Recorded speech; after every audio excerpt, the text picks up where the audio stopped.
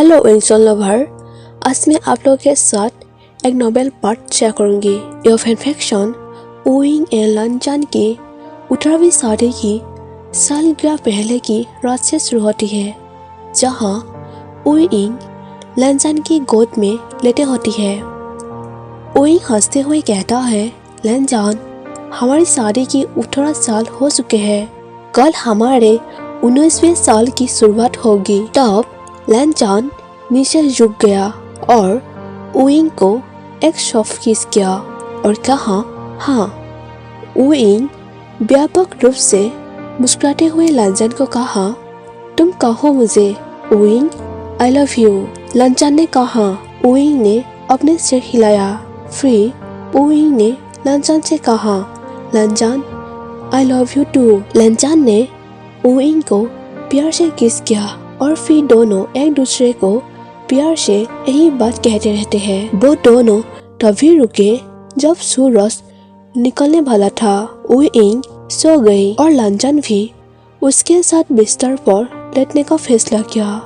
लनजान आंखें बंद करते हुए उइंग को कसकर गले लगाया। फिर उइंग को अपनी बाहों में देखने के लिए अपनी आंखें खुली और उसे कहा, सो क्यूट।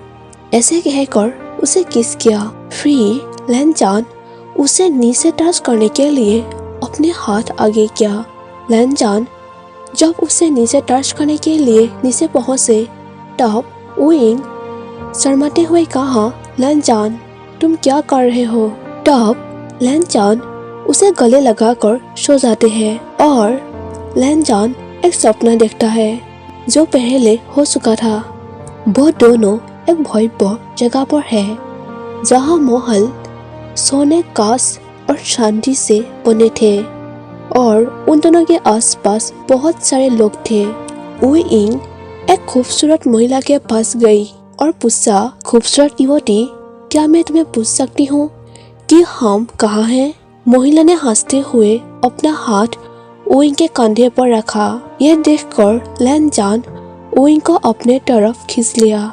उइंग लनजान के सीने से टकरा गई और वो कहा, लनजान, डर होता है। लनजान ने फ्लर्ट करने के लिए उसके तरफ देखा और वो शर्मा गई।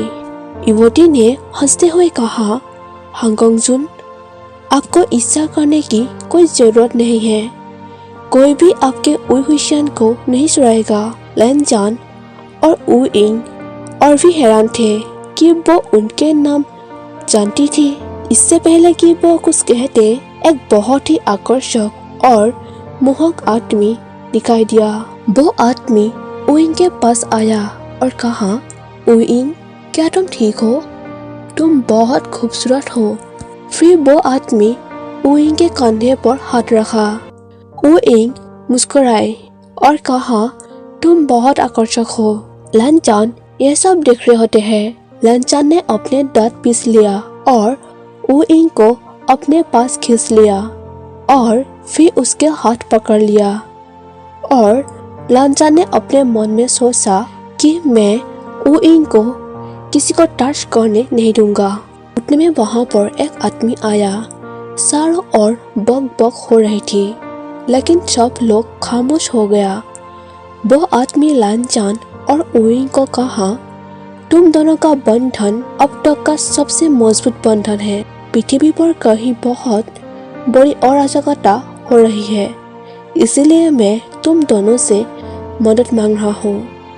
फिर वो आदमी एक उपहार देकर कहा, वहाँ 4 जोड़ी गोलियां है। लनवांगजी को एक बाईं ओर ले जाना चाहिए, जबकि उइंग को एक दाईं ओर ले जाना चाहिए। उतने लनजान का सपना टूट गया। खैर, लनजान जानते थे कि यह कोई सपना नहीं था, क्योंकि उन्हें जो उपहार मिला था वो उनके बिस्तर पर था। उइंग ने गोलियों को देखते हुए उत्साह से कहा, लनजान, चलो अब एक कोशिश करते हैं। लनजान ने कहा, उइंग, थोड़ी देर और सो जाओ, मुझे मामले निपटाने हैं। मैं शाम को वापस आऊंगा, ठीक है। उइंग चिल्लाई और नाराज होकर कहा, मुझे लगा कि किसी ने मेरे साथ अधिक समय बिताने का वादा किया है।